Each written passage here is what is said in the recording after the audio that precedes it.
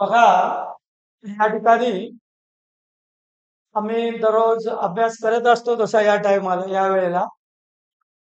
तर पृथ्वीचं म्हणणं की आज जे काही डिस्कशन करतो आपण ते लाईव्ह डिस्कशन करू. म्हणजे दररोज आम्ही जे काही बरेच टॉपिक असे डिस्कस करत असतो. म्हणजे UPSC ला, MPSC ला या ठिकाणी काही स्टॅटिक पार्ट असतो ज्याच्यामध्ये चेंज होत नाही. म्हणजे जसं की नेबरिंग कंट्रीज ऑफ इंडिया आहे, सोलार सिस्टीम आहे, समाज सुधारक आहे, रिव्हर आहेत वेगवेगळ्या प्रकारच्या. म्हणजे जिओग्राफीचा बराच पार्ट आहे, हिस्ट्री आहे. याच्यामध्ये काही चेंज होत नसतो. तर असे काही टॉपिक आम्ही डिस्कस करत असतो. तसे आमचे नीटचेही बरेच चॅप्टर झालेले आहेत. नीटच्या नंतर JEE सुद्धा काही मॅथचे चॅप्टर सुद्धा आमचे झालेले आहेत. त्याचा आम्ही चॅनल सुद्धा आहे आमचं. पृथ्वीचं सेपरेट चॅनल आहे, इंटेलिजंट गुरु पृथ्वी नावाचं. आणि माझं अनिल सूर्यवंशी नावाचं चॅनल आहे. तर त्या चॅनलला नीटचे त्याच्यानंतर MPSC UPSCच्या रिलेटेड जे काही बरेच व्हिडिओ आहेत ते व्हिडिओ त्या ठिकाणी आहेत. तर आजच्या लेक्चरमध्ये आपण जो टॉपिक डिस्कस करणार आहोत त्या टॉपिकचं नाव काय आहे Prithvi? Neighbouring countries of India. Neighbouring countries of India म्हणजे इंडियाचे जे काही शेजारी देश आहेत, आपल्या शेजारी इंडियाला मिळून किती देश आहेत, म्हणजे आपले शेजारी किती आता इंडियाचे, त्याच्याबद्दल आजच्या लेक्चरमध्ये आपण डिस्कस करणार आहोत. आणि हे शेजारी कधीच बदलणार नाही. हे सगळं स्टॅटिक जीके आहे आणि त्याच्याबद्दल आपण डिस्कशन करणार आहोत. तर या ठिकाणी पृथ्वी सध्या यावर्षी 5th स्टँडर्ड मध्ये आहे, 5व्या वर्गामध्ये शिकते. तर या ठिकाणी जे आहे आज आपण नेबरिंग कंट्रीज ऑफ इंडिया बद्दल या ठिकाणी डिस्कस करणार आहोत. भारताची शेजारी देश या ठिकाणी किती आहेत, तर या ठिकाणी नेबरिंग कंट्रीज ऑफ इंडिया किती आहेत, भारताला शेजारी देश किती आहेत, किती नेबरिंग कंट्रीज आहेत इंडियाला? Total 9 neighbouring countries of India आहेत. इंडियाला शेजारी देश 9. नाही, इंडियाला टोटल शेजारी देश किती आहेत, टोटल कंट्रीज किती आहेत? 9 neighbouring countries. 9 neighbouring countries. India total 9 देशासोबत बॉर्डर शेअर करते. तसं तर इंडिया सोबत शेअर पण डिटेलमध्ये डिस्कशन करणार आहोत. पण इंडिया 9 कंट्रीज सोबत या ठिकाणी बॉर्डर शेअर करते. 9 पैकी India shares 7 land boundaries with another 7 countries. 7 land boundaries. 7 land boundaries या 9 पैकी इंडिया 7 कंट्रीज सोबत लँड बाउंड्री शेअर करते. कोणकोणते ते 7 कंट्रीज आहेत ते पृथ्वीला बाय हार्ट आहे, पाठ आहे. आम्ही तुम्हाला ते मॅपवर सुद्धा थोड्या वेळात दाखवणार आहोत की या ठिकाणी कोणकोणते नेबरिंग कंट्रीज आहेत. सगळं म्हणजे पूर्ण म्हणजे चांगल्या म्हणजे चांगल्या बुक मधून व्हेरीफाईड करून बराच कंटेंट या ठिकाणी जे आहे तर घेतलेलं आहे. तर याच्यामध्ये आपण थोडे डिस्कशन करणारच आहोत मॅप सुद्धा. पण या ठिकाणी इंडिया टोटल 9 कंट्रीज सोबत बॉर्डर शेअर करते आणि त्याच्यापैकी 7 कंट्रीज सोबत लँड बॉर्डर शेअर करते आणि त्या 7 कंट्रीजचे नाव ते आहेत ती पृथ्वी सांगते. पृथ्वी सांग. Name of that countries are Pakistan, Pakistan, Afghanistan, Pakistan, Afghanistan, China, Pakistan, Afghanistan, China, Nepal, China, त्याच्यानंतर चौथा नेपाळ, Bhutan, 5वा भूटान, Bangladesh, बांगलादेश 6वा, बांगलादेश, बांगलादेशच्या नंतर Myanmar. म्यानमार. या 7 देशासोबत इंडिया कोणती बॉर्डर शेअर करते? Land border. Land border share करते. म्हणजे याची आणि या 7 कंट्रीजची आणि आपली लँडच मिळून आहे. म्हणजे आपण आपल्या इंडिया संपला आणि पाऊल टाकणार त्यांची जमिनीवरच पडणार. असे 7 कंट्रीज आहेत. टोटल 9 कंट्रीज सोबत इंडिया लँड बॉर्डर म्हणजे 9 कंट्रीज सोबत बॉर्डर शेअर करते, इंटरनॅशनल बॉर्डर. त्याच्यापैकी 7 कंट्रीज सोबत इंडिया लँड बॉर्डर शेअर करते. आणि name of that countries are Pakistan, Pakistan, Afghanistan, China, Nepal, Bhutan, Bangladesh आणि म्यानमार. आणि दुसऱ्या कोणत्या याच्यासोबत? India share two maritime boundary with another. India share two maritime boundaries. Maritime boundaries. India share two maritime boundaries. या ठिकाणी इंडिया 2 कंट्रीज सोबत मॅरेटाईम बाउंड्रीज शेअर करते. कोणकोणत्या त्या? Name of that countries are Sri Lanka Sri Lanka and Maldives. And Maldives. Sri Lanka and Maldives. Maldives या 2 countries सोबत India या ठिकाणी कोणती बॉर्डर शेअर करते? Maritime boundary. मॅरेटाईम बॉर्डर म्हणजे काय? त्यांच्या आणि आपल्यामध्ये समुद्र आहे. त्यांच्या आणि आपल्यामध्ये समुद्र आहे. शेजारी देश आहे पण त्यांच्या आणि आपल्यामध्ये समुद्र आहे. म्हणजे इंडिया 9 कंट्रीज सोबत 9 कंट्रीज आपल्याला इंटरनॅशनल बॉर्डर 9 कंट्रीज सोबत इंडिया शेअर करते आणि त्या 9 पैकी 7 कंट्रीज सोबत India direct land border share करते. आणि 2 कंट्रीज आहेत श्रीलंका आणि मालदीव. त्या ठिकाणी जे आहे इंडिया त्याच्यासोबत मॅरिटाईम बाउंड्रीज म्हणजे या 2 देश आणि आपण यांच्यामध्ये समुद्र आहे. तर आता हे कंट्रीज कुठं मॅपवर इंडिया कुठं आहे ते पृथ्वी तुम्हाला या ठिकाणी दाखवते. हे 9 कंट्रीज. हे इंडिया आहे. India share 7 land boundaries with another 7 countries. Name of that countries are Pakistan, Afghanistan, China, Nepal, Bhutan, Bangladesh, Myanmar. India share two maritime boundaries with another 2 countries, and name of that countries are Sri Lanka and Maldives. Sri Lanka आणि मालदीव. म्हणजे India जे आहे total 9 countries सोबत border share करते. आणि name of that 9 countries are हा आपला या ठिकाणी इंडिया आहे. हा आपला या ठिकाणी जे आहे तो इंडिया आहे. इंडिया इंडियन इंडियन शेरदिल इंडियन. जहां जाते हैं जाते हैं हर बात में नंबर 1. इंडियन इंडियन शेरदिल इंडियन. हे इंडिया जहां जाते हैं हर बात में नंबर 1. इंडियन इंडियन शेरदिल इंडियन. का हा इंडिया इंडियाला 9 नेबरिंग कंट्रीज आहे. पहिला पाकिस्तान, अफगाणिस्तान, चायना, नेपाळ, भूतान, बांगलादेश, म्यानमार आणि 2 कंट्रीज सोबत इंडिया मॅराटाईम बाउंड्री शेअर करते. हे तर आपल्या 7 कंट्रीज सोबत इंडिया लँड बॉर्डर शेअर करते. 1 नंबरला पाकिस्तान, 2 नंबरला अफगाणिस्तान, 3 नंबरला चायना, 4 नंबरला नेपाळ, 5 नंबरला भूतान, 6 नंबरला बांगलादेश, 7 नंबरला म्यानमार. 7 कंट्रीज सोबत लँड बॉर्डर शेअर करते. पूर्ण मॅप डोक्यामध्ये आहे. म्हणजे हे जे पाठ केलेलं आहे हे म्हणजे काहीतरी रेक्टिफिकेशन करून घेतलेलं आहे अशातली गोष्ट नाही. ही पूर्ण मॅपहून सगळ्या गोष्टी समजून आहे. या ठिकाणी पूर्ण मॅप डोक्यामध्ये आहे. जेव्हा तुम्ही विद्यार्थ्याच्या डोक्यामध्ये मॅप तुम्ही टाकसाल तेव्हा ते कधीच विसरू शकणार नाही. ते त्या सिक्वेन्स मध्ये सांगू शकत. पण तुम्ही जर त्याला बायहार्ट करून घेतलं नुसतं पाठच करून घेतलं त्याला मॅपवर जर नाही समजून सांगितलं तर त्यावेळेस विद्यार्थी विसरू शकते. त्याच्यामुळे प्रत्येक गोष्ट ही मॅपवरूनच टाकायला पाहिजे.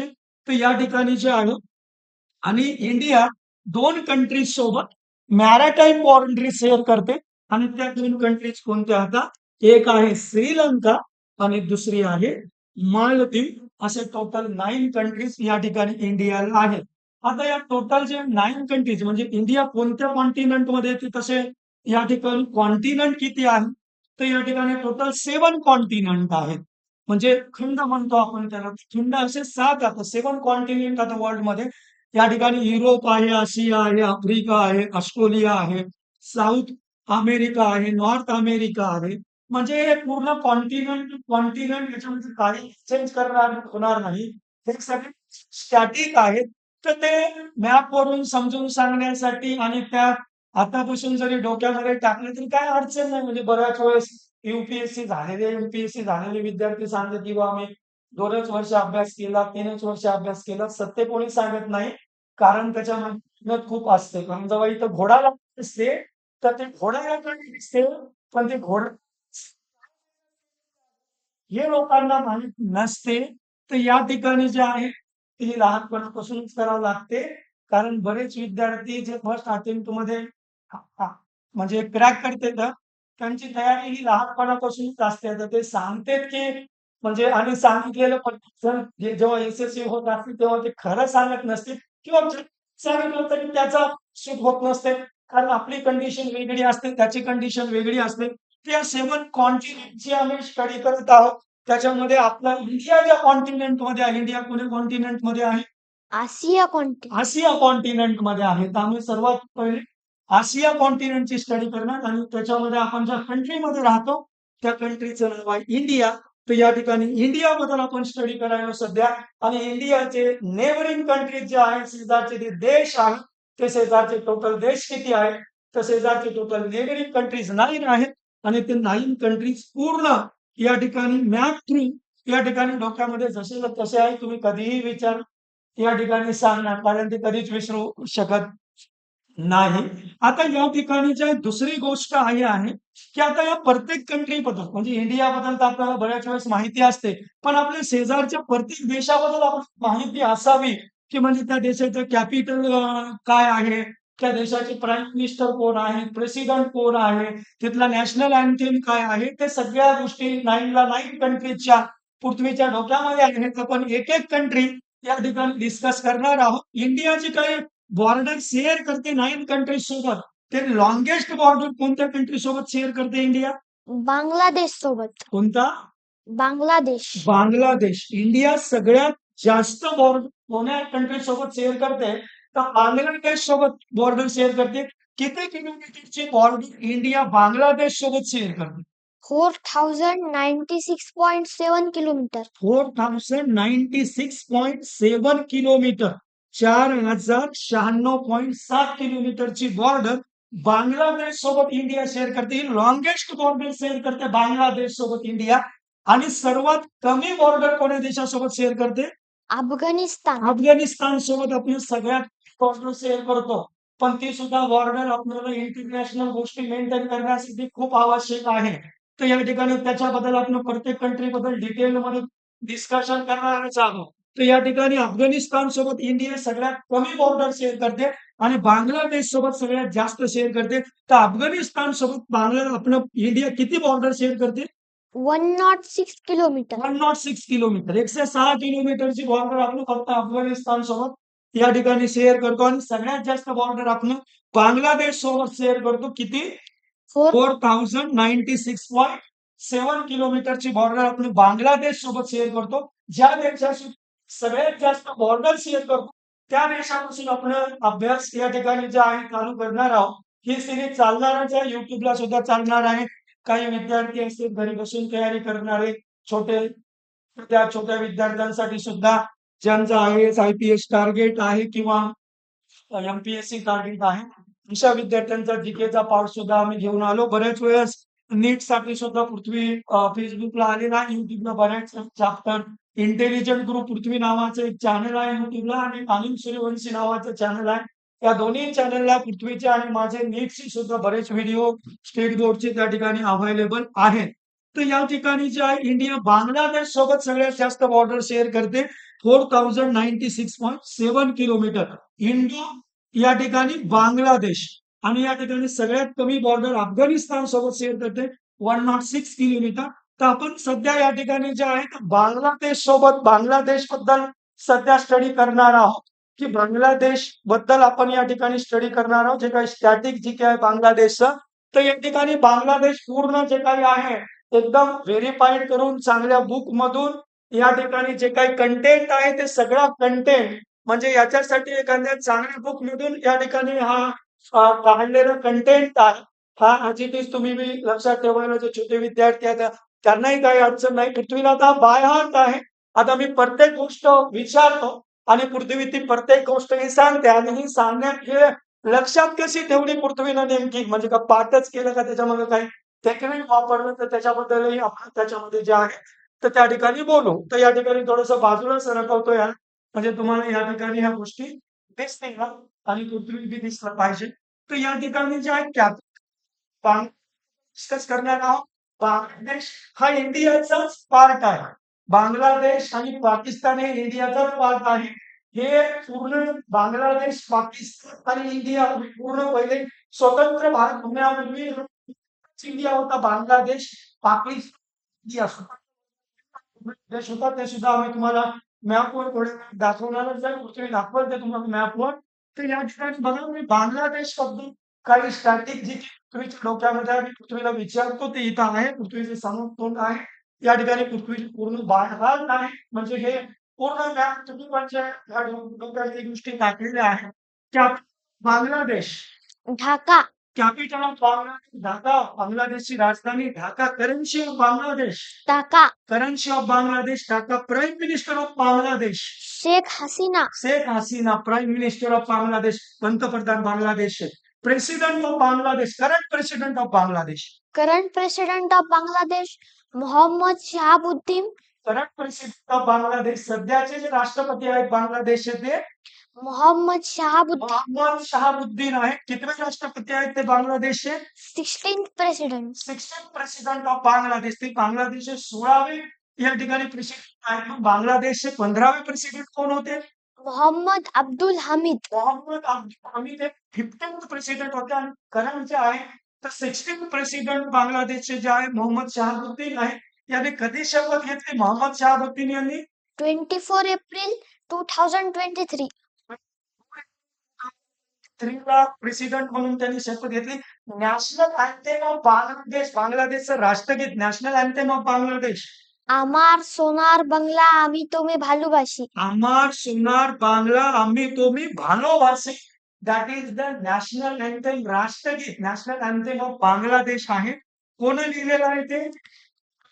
रवी written and composed by Rabindranath Tagore written and composed by Rabindranath Tagore. जे नॅशनल अँथेम इंडियाचं ज्यांनी लिहिलेलं राष्ट्रगीत आहे टागोरांनीच आणि त्यांनीच माननीय रवींद्रनाथ टागोरांनीच या बांगलादेश लिहिलेलं आहे. त्याच्यानंतर language national language of Bangladesh Bengali Bengali. National sport of Bangladesh kabaddi राष्ट्रीय खेळ कबड्डी. राष्ट्रीय भाषा बेंगाली. इंडिपेंडन्स डे स्वतंत्र दिवस बांगलादेशचा जती नाही स्वतंत्र दिन independence day of Bangladesh 26 March 1971 26 March 1971 ला बांगलादेश जे आहे स्वतंत्र झाला. कसा झाला काय झालं त्याच्याबद्दल आपण 2 मिनिटात मॅप थ्रू सगळं पूर्ण त्याच्यावर डिस्कशन करणार आहोत. बांगलादेशचा इंडिपेंडन्स डे 26 मार्च 1971 26 मार्च 1971 बांगलादेश कोणापासून स्वतंत्र झाला? फ्रॉम पाकिस्तान पाकिस्तान पासून स्वतंत्र झालेला आहे. पार्लिमेंट ऑफ बांगलादेश बांगलादेशच्या पार्लिमेंटचं संसदेचं नाव काय? जतिया पार्लिमेंट किंवा जतिया संसद जतिया पार्लिमेंट किंवा जतिया संसद पूर्ण जशाला तसं तुम्ही या ठिकाणी सांगितलेलं आहे. तुम्ही या ठिकाणी बघू शकता. त्याच्यानंतर काही नॅशनल सिम्बॉल्स आहेत बांगलादेशचे. ते नॅशनल सिम्बॉल पृथ्वी सांगते. हा पृथ्वी नॅशनल सिम्बॉल सांगायचे. Bangladesh national flower of Bangladesh water lily किंवा व्हाईट लिली वाटर लिली किंवा white lily. That is the national flower of Bangladesh. Bangladesh national flower आहे. National fruit of Bangladesh jackfruit jack. National fruit of Bangladesh is jackfruit. National tree of Bangladesh mango tree mango tree. National tree of Bangladesh राष्ट्रीय झाड mango tree. National bird of Bangladesh magpie robin national bird जो आहे राष्ट्रीय पक्षी जो आहे बांगलादेशचा ते बांगलादेशचा राष्ट्रीय पक्षी जो आहे बर्ड जो आहे नॅशनल बर्ड या ठिकाणी magpie robin. National animal of Bangladesh royal Bengal tiger royal Bengal tiger. या ठिकाणी national fish of Bangladesh ilisha hill shark fish ilisha hill shark fish. या ठिकाणी हे याच्यामध्ये दाखवलेलं आहे. आता हे बी कसं लक्षात ठेवलं आम्ही ते बी आम्ही तुम्हाला सांगू या ठिकाणी जे आहे. चल बांगलादेश जे आहे किती कंट्रीज सोबत बॉर्डर शेअर करते? Bangladesh share border with 2 countries. Bangladesh share border with 2 countries and name of that countries are Name of that countries are India and Myanmar. India आणि म्यानमार. बांगलादेश दोनच कंट्री सोबत बॉर्डर शेअर करते. इंडिया आणि Myanmar. Bangladesh हा इंडियाचाच part आहे म्हणजे भारत सोबत पुण्यापूर्वी पाकिस्तान, बांगलादेश आणि इंडिया हे तिन्हीचा एकच देश होता. थोड्या वेळातच आम्ही त्याच्याकडे जाणार आहोत मॅपकडे. या ठिकाणी बॉर्डर स्टेट कोणते आता म्हणजे इंडियाचे असे कोणकोणते स्टेट आहेत की जे बांगलादेशला लागून राहतात म्हणजे इंडिया जे बांगलादेश सोबत किती बॉर्डर शेअर करते? India India share land border share किती किलोमीटरची बॉर्डर लेंथ किती किलोमीटरची आहे? 4096.7 किलोमीटर. 4096.7 किलोमीटरची बॉर्डर शेअर करते इंडिया बांगलादेश सोबत. त्या बॉर्डरचे स्टेट कोणकोणते आहेत इंडियाचे?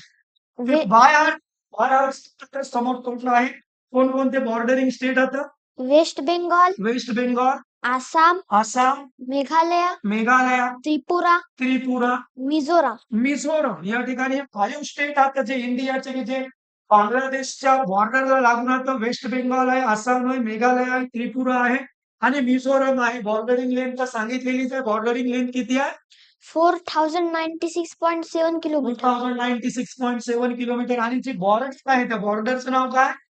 Red Cliff line. जे बॉर्डर जे आहे बांगलादेश आणि इंडियाचं त्याचं नाव आहे रॅड क्लिफ लाईन. कारण रॅड क्लिफ लाईन काहून नाव कशामुळे दिलं त्याच्याकडे सुद्धा आपण या ठिकाणी थोड्या वेळामध्ये जाणार आहोत. पहिले आम्ही तुम्हाला बॉर्डरिंग स्टेट दाखवतो.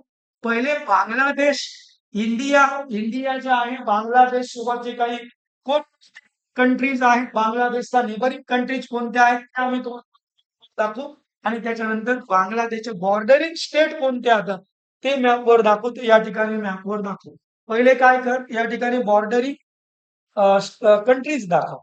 बघ कुठं आहे ते बॉर्डरिंग कंट्रीजचा मॅप नाही दुसरा मॅप आहे बॉर्डरिंग कंट्रीजचा आपण इन्सर्ट समोर असेल बहुतेक नाही नेक्स्ट समोरच हे समोर हे समोर समोर याच्या समोर हा हे बॉर्डरिंग स्टेट होत सांग.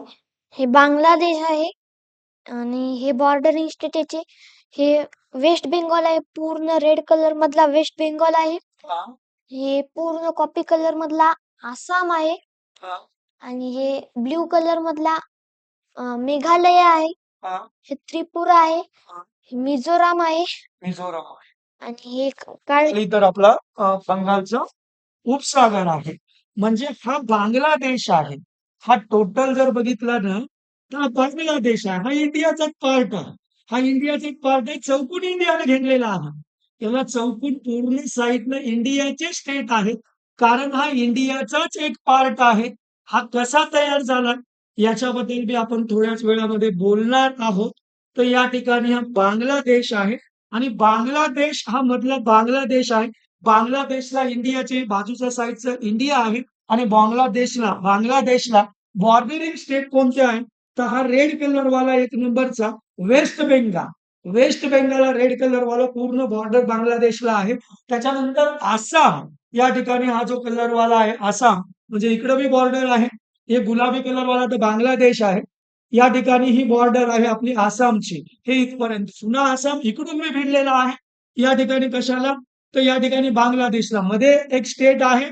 या ठिकाणी मेघालयाला सुद्धा अशी बॉर्डर बांगलादेशला लाभलेली आहे. त्याच्यानंतर त्रिपुराला सुद्धा इतकी बांगलादेशची बॉर्डर लाभलेली आहे. त्याच्यानंतर हा ग्रीन कलर वाला इथून हे बांगलादेश आहे. या गुलाबी कलर वाला ते ग्रीन कलर वाला जो आहे या ठिकाणी हा मिझोरम आणि खाली तर इकडं म्यानमार आहे. म्हणजे म्यानमारची एक छोटीशी थोडासा म्यानमार या ठिकाणी लागलेला आहे आणि खाली कोणता बंगालचा उपसागर आहे. तर या ठिकाणी कोणत्या कंट्रीज आहेत या ठिकाणी कोणत्या कंट्रीज आहेत की ज्या कंट्रीज या ठिकाणी ज्या आहे पाठीमाग आहे. या ठिकाणी बघा इथे या मॅपवरही दाखवता येईल. या ठिकाणी या मॅपवर हा तर इंडिया आहे.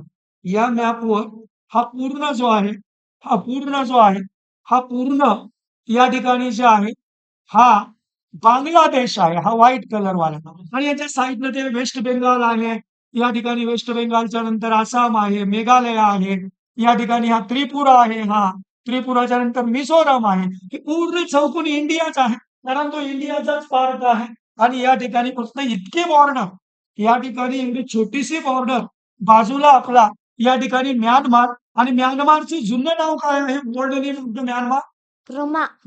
म्यानमार या देशाचे ओल्ड नाव ब्रह्मा आहे. या ब्रह्माची थोडीशी या म्यानमारची थोडी बॉर्डर या ठिकाणी बांगलादेशला लाभलेली आहे. बाकी चौकून इंडिया आहे, कारण तो इंडियाचाच पार्ट आहे. आता या ठिकाणी काय झालं, हे स्टेट आहे. आता या ठिकाणी जे आहे म्हणजे भारत स्वतंत्र होण्याच्या पहिले या ठिकाणी जो इंडियाचे जे शेवटचे व्हाईसरॉय आणि पहिले गव्हर्नर जनरल इंडियाचे, त्याचं नाव आहे लॉर्ड माउंटबॅटन. लॉर्ड माउंटबॅटन, या लॉर्ड माउंटबॅटननं ही जी इंडियाची जी फाळणी केलेली आहे, म्हणजे या ठिकाणी 3 तुकडे केले त्यांनी इंडियाचे. इंडियाचे 3 तुकडे केले. आता ते 3 तुकडे कसे? तर या ठिकाणी 3 तुकड्यामध्ये या ठिकाणी जे आहे इंडियाचे 3 तुकडे केले गेले आणि त्या 3 तुकड्यामध्ये एक जे तुकडा होता या ठिकाणी वेस्ट पाकिस्तान होता. एक जे तुकडा होता या ठिकाणी त्याला आपण वेस्ट पाकिस्तान म्हणायचो. एक जो तुकडा आहे त्याला आपण काय म्हणायचो, तर या ठिकाणी West Pakistan. West Pakistan, West Pakistan होता हा जो काही ग्रीन कलर वाला आहे. हा म्हणजे इंडिया पूर्ण इतका होता पहिले, हा पूर्ण म्हणजे भारत स्वतंत्र होण्याच्या पहिले डेट सहित आहे. म्हणजे हा लॉर्ड माउंट, हा इंडियाचा म्हणजे जो इंग्रज शासक होता, जो शेवटचा व्हाईसरॉय होता हा, आणि त्याचं नाव आहे लॉर्ड माउंटबॅटन, आणि स्वतंत्र भारताचा पहिला व्हाईसरॉय होता. याची सुद्धा हत्या झालेली आहे. त्याच्यानंतर हे इंडियाची जी बॉर्डर टाकणारा जो आहे, म्हणजे या ठिकाणी हे इकडलं पाकिस्तान आणि हा पाकिस्तान, या पाकिस्तानला आपण वेस्ट पाकिस्तान म्हणत होतो.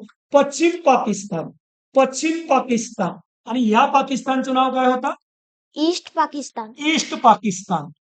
ईस्ट पाकिस्तान, ईस्ट पाकिस्तान म्हणजे पूर्व पाकिस्तान. याचं नाव काय? पूर्व पाकिस्तान. म्हणजे इंडियाच्या जेव्हा रॅडक्लिफनं म्हणजे हा माउंट बॅटन आला, म्हणजे माउंट बॅटनची कसं आहे, माउंट बॅटननं बी तुकडे टाळण्याचा प्रयत्न केला, पण तो त्याच्यात अयशस्वी झाला आणि ही बॉर्डर टाकल्या गेली आणि इंडियाचे 3 तुकडे झाले. एक इकडल्या साईडचा तुकडा जो आताचा ओरिजिनल पाकिस्तान, आता बी जो पाकिस्तान आहे त्याला आपण पश्चिम पाकिस्तान, वेस्ट पाकिस्तान म्हणतो, आणि इकडलं पूर्व पाकिस्तान, ईस्ट पाकिस्तान, जो की आता काय म्हणून झाला ईस्ट पाकिस्तान, आता काय झाला? बांगलादेश. आता हा बांगलादेश झाला. हा बांगलादेश झाला.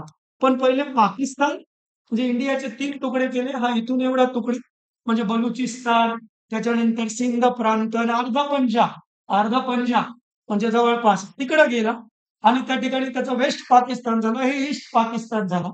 त्याच्यानंतर इंडियाच्या सपोर्टनं हा पुन्हा आपला जो पार्ट होता भारताचाच, इकडला वेस्ट पाकिस्तान आणि इकडला ईस्ट पाकिस्तान, आणि ईस्ट पाकिस्तानची कशी म्हणजे फाळणी झाली, याची निर्मिती कशी झाली बांगलादेशची. बर्थ ऑफ बांगलादेश, बांगलादेशचा जन्म झाला, याच्याबद्दल आम्ही एखाद दिवशी डिटेलमध्ये येऊ. त्यावेळेस तुम्हाला बांगलादेशचा जन्म कसा झाला ते बी आम्ही सांगू. पण या ठिकाणी लक्षात ठेवा की इंडियाचे 3 तुकडे केले होते आणि इकडला एक तुकडा होता त्याला वेस्ट पाकिस्तान, आणि या ठिकाणचे म्हणजे जिथं जास्त मुस्लिम संख्या आहे म्हणजे जवळपास बलुचिस्तान, सिंध प्रांत इकडे 91% इथं दिलेल्या आकड्यासहित इथं आहे. म्हणजे बलुचिस्तानमध्ये 91.8% मुस्लिम होते त्यावेळेस, आणि या ठिकाणी सिंध प्रांतामध्ये 72.7% मुस्लिम होते. तर त्या ठिकाणी मुस्लिमांचा देश वेगळा व्हावा असं जिन्नाचं म्हणणं होतं. आता हे बर्थ बद्दल आपण डिटेलमध्ये जेव्हा बांगलादेशचा बर्थ आहे किंवा ही कंट्री आपण पाकिस्तान बघू तेव्हा आपण याचे डिटेलमध्ये बघू. सध्या आपण बांगलादेश बघायला, पण तरी थोडक्यामध्ये आम्ही तुम्हाला सांगायलो की हा जो काही म्हणून जे जास्त बहुसंख्य मुस्लिम समाज होता ज्या पार्टमध्ये, तर त्याला पाकिस्तान केलं, तर हा पाकिस्तान. आणि इथेही मुस्लिम होते, हा पाकिस्तान. दोन स्टेटचा मात्र प्रॉब्लेम होता. पंजाब असं स्टेट होतं की तिथं मुस्लिमांचंही बहुमत नव्हतं आणि हिंदूंची बी संख्या जास्त नव्हती, आणि बेंगाल एक होता. तर या दोघांच्या फाळणीसाठी एक माणूस आणला माउंट बॅटननं, त्याचं नाव काय होतं?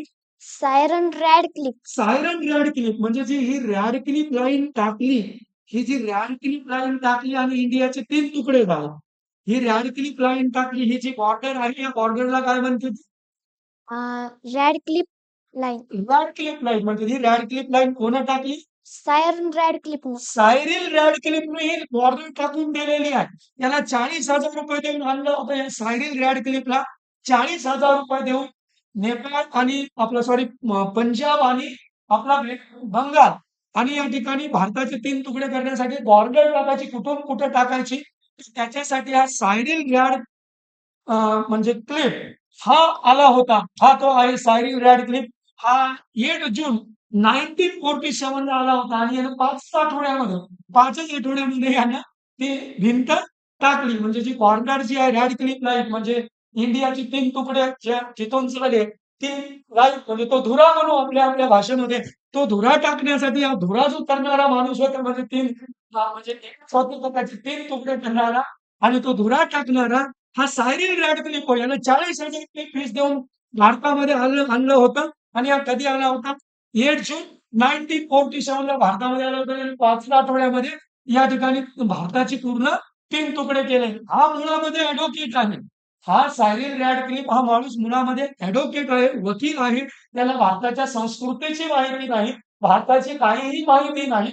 अशा माणसाला भारताचे 3 तुकडे करण्याचं काम सांगितलं आणि त्याच्यामुळे काय परिणाम झाले भोगावे लागले भारतीयांना म्हणजे जवळपास म्हणजे ते जे काही ट्रान्सफर झालं लोकांचं त्याच्यामध्ये इंग्रजाच्या म्हणण्यानुसार 2 लाख आकडा आणि खरा आकडे 2 करोड म्हणजे 2 करोड लोकांची मौत झाली. काही लोकांची इकडून तिकडे तिकडून इकडे येत्या वेळेस म्हणजे भांडणामध्ये झाली. काही लोकांची जी मौत झालेली आहे ती तिथून येत्या वेळेस उपासमारीने झालेली आहे. काही चालून चालून त्या ठिकाणी मेले. असे 2 करोड लोकांची मौत झाली. त्याला जिम्मेदार हा सायरिल रॅडक्लिफ आहे आणि हा पैसे न घेता 15 ऑगस्टच्या रात्रीच पैसे न घेता हा पळून गेला. हा पळून गेला. त्याला भीती वाटली. त्याच्यानंतर हा पळून गेला. त्याचे काय दुष्परिणाम झाले? याने जी बॉर्डर टाकली रॅडक्लिफ लाईन आणि त्याच्यामुळे इंडियाचे 3 तुकडे झाले आणि त्याच्यानंतर हा ईस्ट पाकिस्तान हा तुकडाच नंतर बांगलादेश झाला आणि तो बांगलादेश होण्यासाठी इंडियानंच 1971चा वार म्हणजे कधी हा ईस्ट पाकिस्तान स्वतंत्र कधी झाला यांचा इंडिपेंडन्स डे काय आहे बांगलादेशचा इंडिपेंडन्स डे काय आहे 26 मार्च 26 मार्च मार्च 1971 1971 ला 26 मार्च 1971 ला हा ईस्ट पाकिस्तान हा वेस्ट पाकिस्तान पासून सेपरेट होऊन बांगलादेश याचं नाव 26 मार्च 1971 ला झालं म्हणजे बांगलादेश जे आम्ही म्हणलो होतो की बा independence day of Bangladesh independence day of Bangladesh इथं सांगितलं होतं यांनी इंडिपेंडन्स डे ऑफ बांगलादेश या ठिकाणी इथं आहे इंडिपेंडन्स डे ऑफ बांगलादेश तर independence day of Bangladesh 26 March 1971 कोणापासून तो इंडिपेंडन्स झाला होता तर त्यांनी सांगितलं होतं की पाकिस्तानपासून इंडिपेंडन्स झाला होता आता तो कसा इंडिपेंडंट झाला होता काय झाला होता त्याच्याबद्दल ते डिटेलमध्येच लेक्चर घ्यावं लागते तर या ठिकाणी एक गोष्ट लक्षात ठेवा की त्यानं ते रॅडक्लिफनं भारताचे 3 तुकडे केले आता ते 3 तुकडे झाल्यामुळे परिणाम काय झाला या ठिकाणी त्या 3 तुकड्याचे परिणाम काय झाले पृथ्वी सांग बरं पृथ्वी सांगते की नेमके भारताचे 3 तुकडे केले रॅडक्लिफनं तर रॅडक्लिफ हा माणूस ऍडव्होकेट होता वकील होता त्याला भारताच्या ना संस्कृतीची ना कशाचीच माहिती नव्हती त्यानं भारताचे 3 तुकडे केले आणि त्याने नेमके परिणाम म्हणजे एक तर जीव गेले बऱ्याच लोकांना प्राण गमवावे लागले 2 करोडचा आकडा आहे तो जवळपास 2 लाख ते 2 करोडच्या मधला आकडा आहे आणि अजून काय परिणाम झाले ते परिणाम पृथ्वी सांगते पृथ्वी सांग बरं काय काय परिणाम झाले या बाईचं माहेर पाकिस्तानमध्ये गेलं आणि सासर भारतात राहिलं हा आणि हे कोणाचं जर धोर रॅड क्लिप लाईन पार करून गेला तर ते वापस येऊ शकत नाही हा आणि काही मध्ये हम्म.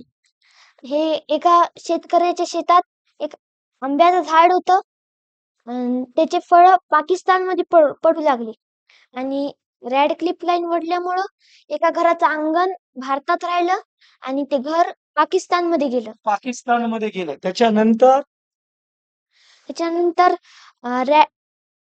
रॅड क्लिप लाईन एका गावातून गेली त्या गावाचा काही पार्ट पाकिस्तानमध्ये गेला आणि काही पार्ट इंडियामध्ये राहिला आणि रॅड क्लिप लाईन एका घरातून गेली आणि त्या घराचे काही रूम इंडियामध्ये राहिले आणि काही रूम्स पाकिस्तानमध्ये गेले आणि रॅड क्लिप लाईन एका शेतातून गेली त्याचा शेताचा काही भाग भारतात राहिला आणि काही पाकिस्तानमध्ये गेला पाकिस्तानमध्ये गेला म्हणजे यानं रॅड क्लिफ लाईन ओढली या माणसाला भारताच्या ना संस्कृतीची माहिती आहे ना कशाची माहिती आहे त्याला त्या भारताचं पार्टिशन करायचं सांगितलं आणि त्याच्यामुळं म्हणजे ती लाईन ओढली आणि त्याच्यानंतर म्हणजे फाळणी झाली तर त्यावेळेस एका बाईचं म्हणजे सासर भारतामध्ये राहिलं आणि माहेर पाकिस्तानमध्ये गेलं, वेस्ट बेंगाल पाकिस्तानमध्ये म्हणजे गेलं. या लाईनमुळे जर एखादा इथल्या बॉर्डरवर राहणाऱ्या शेतकऱ्याचं जर जनावर गेलं, पुन्हा ते वापस आणायचे काम नाही. पंजाबमधून हे केलं. नाहीतर पंजाबच्या शीख लोकांचं म्हणणं होतं की आम्हाला पाकिस्तानसोबत जायचं नाही, इंडियासोबत राहायचं.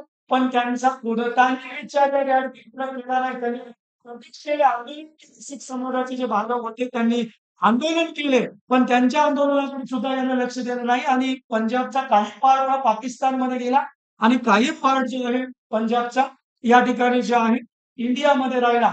तर त्या ठिकाणी तिथं आणि पंजाबच्या एका शेतकऱ्याचं म्हणजे आंब्याचं झाड इतकं बॉर्डरवर गेलं की आंबे तिकडे पळाले ते झाड याच्या इकडे आहे. त्याच्यानंतर इकडला जो पाकिस्तान झाला होता ईस्ट पाकिस्तान म्हणजे आजचा आपला बांगलादेश. बांगलादेशमध्ये एका जणांचं घर बांगलादेशमध्ये गेलं आणि आणून भारतामध्ये राहिलं म्हणजे अशा चुकीच्या पद्धतीनं त्यांना त्या ठिकाणी जे बॉर्डर केलेली आहे ती चुकीच्या पद्धतीने केली. म्हणजे काही काही गावापैकी अर्धे गाव पाकिस्तानमध्ये आणि अर्धं गाव भारतामध्ये राहिलं. काही काही शेतकऱ्याची काही जमीन पाकिस्तानमध्ये, काही भारतामध्ये राहिली. म्हणजे असं चुकीच्या पद्धतीनं यानं जे आहे ते हे केलं. हा तर 15 ऑगस्टच्या दिवशी पळून गेला भारतामधून आणि यांची हत्या झाली. ही त्यावेळेसचे म्हणजे शेवटचे व्हाईसरॉय आणि फर्स्ट गव्हर्नर होते. तर यांची हत्या झाली आणि पंजाबचं असं होतं, पंजाब आणि बंगालचं तिथं म्हणजे जास्त असं बहुमूल्य संख्या कोणाची जास्त कोणाची कमी असं करता येत नव्हतं आणि तसं त्याला तोडता आलं नाही. पण कोणताही विचार केलेलाच नाही. कोणताही विचार केलेलाच नाही. त्याच्यामुळे असे बरेच प्रॉब्लेम त्या ठिकाणी झालेले आहेत. असं बरीच या ठिकाणी इन्फॉर्मेशन आहे की जे आपण या ठिकाणी डिस्कस करत राहणार आहोत. आजच्या लेक्चरमध्ये आपण बांगलादेशबद्दल आम्ही डिस्कशन केलं. जे काही नेबरिंग कंट्रीज आहेत आपल्या 9 नेबरिंग कंट्रीज एक-एक कंट्री आम्ही YouTubeला सुद्धा त्या ठिकाणी लाईव्ह येणार आहोत. म्हणजे सेपरेट बी येऊ शकतो. सेपरेट बी येऊ शकतो. आमच्याकडे बरेच टॉपिक आहेत. आमचं म्हणजे House of the People, Lok Sabha, Rajya Sabha, Vidhan Sabha, Vidhan Parishad, Indian parliament त्याचं बरंच म्हणजे एम-पी-एस-सी, यू-पी-एस-सीच्या दृष्टीनुसार जे स्टँडर्ड बुक दिलेले आहेत, त्याच्यानुसार झालेलं आहे आणि ह्या गोष्टी स्टॅटिक आहेत. म्हणजे capital of Bangladesh is Dhaka. आता त्याला मोठं जरी झालं तरी तुम्ही त्याला काय सांगणार समजून? किंवा आता मोठा जरी झाला विद्यार्थी लहान जरी असला तरी त्याला हे आपलं इंडियाचे इंडियाचे कोणकोणते स्टेट बांगलादेशला विडून आहे. तुम्ही मॅपवरून त्याला समजून सांगितलं. हा जरी जर त्याला समजून सांगण्याला काही अडचण नाही. म्हणजे कधी ना कधीतरी आता जर स्टॅटिक गोष्टी केल्या तर विद्यार्थ्याला समोर जास्त लोड येणार नाही. नाहीतर खूप मोठाले या ठिकाणी खूप बरेच मोठाले राहते तर म्हणजे हा आमचा मित्र आहे. या ठिकाणी याचा क्लास आहे जी-डी-सी म्हणजे गणेश चव्हाण म्हणून. तर हे सुद्धा यू-पी-एस-सीची वगैरे तयारी करून घेते. म्हणजे हे तर पी-एस-सीचं म्हणजे एम-पी-एस-सीचं बुक आहे. म्हणजे एम-पी-एस-सी थ्रू या 3 पोस्ट असते. एम-पी-एस-सी राज्यसेवा असते, लोकसेवा असते. मी पी-एस-आय दिलेली आहे आणि पी-एस-आयची मी प्री मेन क्रॉस झालेला आहे. माझं मुळामध्ये माझं जे बॅकग्राऊंड आहे, म्हणजे मी 12वी सायन्सचा विद्यार्थी, 11वी बुलढाणा जिल्हा. म्हणजे या ठिकाणी 7व्या ते 10व्या वर्गापर्यंत बाळापूर. त्याच्यानंतर 11वी-12वी बुलढाणा जिल्ह्यामध्ये युवराश्रम. त्याच्यानंतर एम-जी-एम कॉलेज. तिथे सॉफ्टवेअर इंजिनिअरचे subject C, C plus plus, Java, VB dot NET शिकलो. त्याच्यानंतर हैदराबादला क्लासेस केले अमीरपेठमध्ये कम्प्युटरचे. पुण्याला जाणारा इथं थांबलो एम-जी-एम कॉलेजचा टॉपर आहे मी. हे प्रत्येक सेमिस्टरचा. तर या ठिकाणी इथं थांबलो आणि इथं क्लासेस चालू केले. आम्ही पहिले मी स्वामी विवेकानंद बी-सी-ए, बी-सी-एसचं कॉलेज हिंगोली तिथं प्राचार्य बी-सी-ए, बी-सी-एसला काही वर्ष शिकवलं 1-2 वर्ष. त्याच्यानंतर परभणीला सुद्धा मी अ, म्हणजे डॉक्टर आमोराव भालेराव यांचं women's Priyadarshini women's BCA college आहे. त्याच्यानंतर किस्ते सर म्हणून एक आहे. त्यांचं संत ज्ञानेश्वर बी-सी-ए, बी-सी-एस कॉलेज आहे. त्याच्यानंतर स्वामी समर्थ बी-सी-ए कॉलेज औंढा अशा बऱ्याच ठिकाणी मी BCA, बी-सी-एसचे C, C plus plus, Java, व्ही-बी.डॉट-नेट, oracle असं शिकवलेलं आहे. परभणीला धाराशिवकर कॉम्प्लेक्समध्ये जगदंबा कम्प्युटर सेंटर आहे. तिथे क्लासेस सुद्धा घेतले आणि इथं आल्याच्या नंतर पुन्हा मी 2 वर्ष जवळपास 1-1.5 वर्ष पी-एस-आयचं प्रिपरेशन केलं. राऊत सरांकडे, संजय राऊत सरांकडे नांदेडला आणि त्याच्यानंतर मी पी-एस-आय सोडून आता फिजिक्स, केमिस्ट्री आणि मॅथ हे 3 विषय शिकवतो. खालच्या वर्गाचे 9वीचे आम्ही मॅथ, सायन्स आणि इंग्लिश हे 3 विषय शिकवतो आणि मी जे अपडेट व्हालो माझ्या मुलासाठी अपडेट व्हावं. म्हणजे मी ह्या गोष्टी मलाही म्हणजे जेव्हा मी पी-एस-आयची तयारी प्रिपरेशन करायला सुरुवात केली म्हणजे माझं ग्रॅज्युएशन झाल्याच्या नंतर, तेव्हा मलाही या गोष्टी माहीत नव्हत्या. त्याच्यामुळे माझी थोडीशी परेशानी झाली. तरी मी फर्स्ट अटेम्प्टमध्ये मेन एक्झामपर्यंत गेलो. तर या ठिकाणी जे आहे तशी पृथ्वीची पुन्हा परेशानी होऊ नये. म्हणजे तिकडलं नॉलेज घेतलं 2 वर्ष अभ्यास केल्यानंतर काय करावं लागते, काय नाही. तिकडली माहिती झाली आणि आता मी नीटची सुद्धा गेल्या वर्षी बॅच घेतली, स्वतः तयारी केली आणि पृथ्वीचे बरेच नीटचे चॅप्टर या ठिकाणी रेडी आहेत. आता 5thला आहे. आमच्याकडे वेळ आहे. थोडी-थोडी तयारी चालू आहे. बऱ्याच पालकांचं म्हणणं आहे, की या ठिकाणी आतापासून केल्याच्या नंतर विद्यार्थी शेवटी थंडा पडू नये. शेवटी थंडा नाही पडला पाहिजे ती जिम्मेदारी तर आतापासून शिकवायला तर तिथं माझी आहे. कारण मी एक शिक्षक आहे आणि मी जर माझ्या मुलाला घडवू शकत नसेल, तर मी बाकीच्या कोणाच्या मुलाला घडवू शकत नाही. मी कोणत्याही क्लासला याला पाठवत नाही किंवा याच्यानंतर कुठेही कोणत्याही क्लासला मी याला कधीच पाठवणार नाही. कारण मी शिक्षक असून जर माझ्या विद्यार्थ्याला मला दुसरीकडे क्लासला पाठवावं लागत असेल किंवा चांगल्या शाळेमध्ये टाकावं लागत असेल, तर याचा अर्थ किंवा मी जर माझा विद्यार्थी नांदेडला टाकालो आणि मी इथं विद्यार्थ्याला म्हणालो, तुमचं भविष्य घडवतो आणि तुम्हाला डॉक्टर बनवतो. तुम्हाला डॉक्टर बनवतो दुसऱ्याच्या लेकराला, मग स्वतःच नांदेडला का टाकलं? म्हणजे स्वतःच म्हणजे याच्यावर लोकांना डाऊट येऊ शकते म्हणून मी कुठेही क्लास कोणताही लावलेला नाही आणि लावणार सुद्धा नाही. मी स्वतः त्याच्यासाठी अभ्यास करत असतो. कारण मी स्वतः मागचे 7 ते 8 वर्षापासून फिजिक्स, केमिस्ट्री, मॅथ हे विषय शिकवतो. नीटसाठी मी अपडेट झालेला आहो. मी नीटची सुद्धा बॅच घेतलेली आहे फर्स्ट अटेम्प्टमध्ये. एक मुलगी 420 मार्कापर्यंत फर्स्ट अटेम्प्टमध्ये गेलेली आहे इथंच राहून 6व्या वर्गापासून आणि मी स्वतः अपडेट व्हायलो, ते माझ्या मुलासाठी अपडेट व्हायलो. तर त्या ठिकाणी आमची तयारी चालू आहे. असेच काही लेक्चर राहतील, काही विद्यार्थ्यांना याचा फायदा होईल या उद्देशाने आम्ही डेली तर या ठिकाणी असं अभ्यास करतच असतो. पृथ्वीचं म्हणणं होतं, चला एकदा आपण लाईव्ह शिकू, असं याचं म्हणणं होतं का माझं म्हणणं होतं? कोणाचं म्हणणं होतं? हां, जरा सांग. तुमचं. तुमचं. माझं म्हणणं होतं आणि या ठिकाणी पृथ्वीनं पहिले या ठिकाणी म्हणजे बरेच लाईव्ह केलेले आता लोकसभेवर सुद्धा लाईव्ह केलेलं आहे आणि त्याचे सुद्धा काही व्हिडिओ येतील. तर सध्या सगळ्यांना टाटा बाय बाय. आवडला असेल तर लाईक करा, कमेंट करा. जे विद्यार्थी असतील त्यांना हे पाठवा. आमचं YouTube चॅनल सुद्धा आहे. YouTube चॅनलला पृथ्वीचं आमचे बरेच व्हिडिओ आहेत. तिथून सुद्धा तुम्ही फ्री ऑफ कॉस्ट आहे. म्हणजे त्याला कोणत्याही प्रकारची किंमत नाही. तिथून बघून सुद्धा तुम्ही तयारी करू शकता. तर या ठिकाणी असे बरेच टॉपिक येत राहतील. तोपर्यंत सर्वांना टाटा बाय बाय. तर tata bye bye. Tata bye bye.